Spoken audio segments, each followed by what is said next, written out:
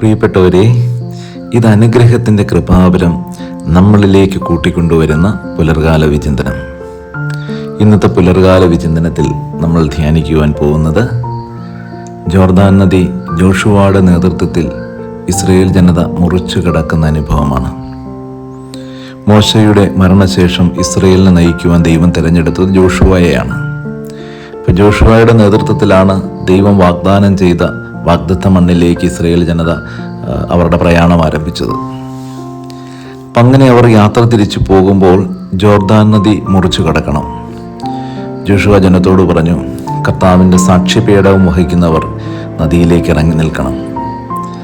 അങ്ങനെ പുരോഹിതന്മാർ കർത്താവിൻ്റെ സാക്ഷ്യപീഠവും വഹിച്ചുകൊണ്ട് നദിയുടെ നടുവിലേക്ക് ഇറങ്ങി നിന്നു.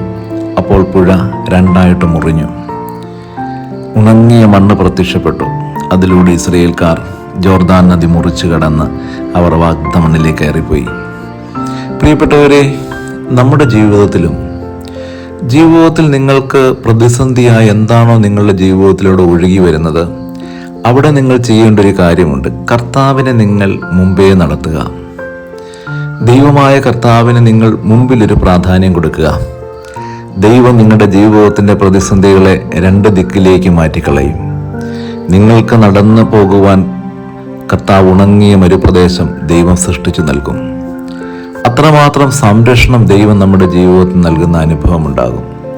ഏതെങ്കിലും ഒരു മനുഷ്യൻ ജീവിതത്തിൻ്റെ പ്രതിസന്ധികളെ പ്രതി കണ്ണുനീരിലാഴ്ത്തി കരഞ്ഞിരിക്കുമ്പോൾ നിങ്ങൾ ഓർക്കണം, നിങ്ങളുടെ ഓരോ കാൽവെപ്പിന് മുൻപിലും ചലിക്കുവാൻ ദൈവം സന്നദ്ധനാണ്. നിങ്ങൾ വയ്ക്കുന്ന ഓരോ കാൽപാദങ്ങളും ദൈവം നൽകുന്ന പ്രകാശത്തിൽ നടക്കുവാനായിട്ട് പറ്റിയാൽ ആ യാത്രകൾ ഒരിക്കലും നിഷ്ഫലമായ യാത്രകളായി മാറില്ല.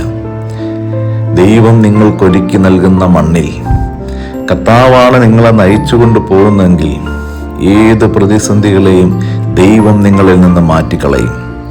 ദൈവം മുൻപേ നടക്കണമെന്ന് മാത്രം. ഇസ്രയേൽക്കാരുടെ ജീവിതം നമുക്കറിയാം. അവർ നടന്നു പോകുന്ന വഴികളിലുടനീളം ദൈവം അവർക്ക് മുൻപേ നടന്നുകൊണ്ടിരുന്നു. രാത്രിയാണെങ്കിലും പകലാണെങ്കിലും. പകൽ മേഘസ്തംഭമായും രാവിലെ ഒരു അഗ്നിസ്തംഭമായും ദൈവം ഇസ്രയേൽക്കാരുടെ കൂടെ നടന്നിരുന്നു. അതുകൊണ്ട് അവർക്ക് വാഗ്ദത്ത ഭൂമിയിൽ ചെന്ന് കയറാനായിട്ട് പറ്റി. നമ്മളുടെ ജീവിതത്തിൽ തന്നെയാണ് നടക്കേണ്ടത്. ദൈവത്തിന് നിങ്ങൾ ജീവിതത്തിലൊരു പ്രാധാന്യം കൊടുക്കും. ദൈവമാണ് നിങ്ങളുടെ ജീവിതത്തിൽ നിങ്ങളെ നയിക്കുന്നുള്ള ഉത്തമമായ ബോധ്യമുണ്ടാകും.